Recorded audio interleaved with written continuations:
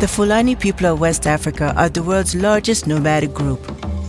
Fular, their native tongue, had always been a spoken language, but didn't have an alphabet. Forced to use other alphabets, the meaning and nuances of their words began to vanish, along with their traditions, stories, and songs, while illiteracy grew. Two young brothers, Ibrahima and Abdoulaye Bari, refused to accept it, and letter by letter, created an alphabet for their people. But it only existed in a handwritten form, making it limited in the modern digital world. We would close our eyes and draw shapes based on the sounds of our language. Even though we created Atlam, to make it accessible, it had to be on computers.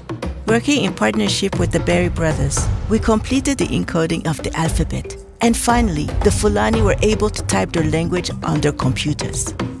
Being able to use your language on a computer is so fundamental. If you don't have that, you're just shut off from the world that we function in. But as the digital world kept evolving, major revisions were needed in order to make the alphabet easier to read and write.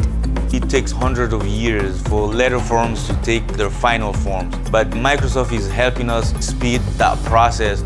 Working with typeface experts, the letter forms of the alphabet were revised, creating a new and optimized version. Then, we made it available on PCs around the world. We knew that making Atlam available on Microsoft 365 was going to be enormously significant to the Fulani people and the preservation of their language. And the community embraced it.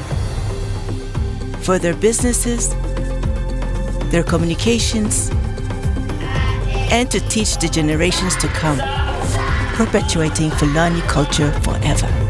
Kono ɗo joni ñaamu men ngu majjata pisen janni fayi men wakkilike ɓe jannoye kadi ɓe wawoytaɓe.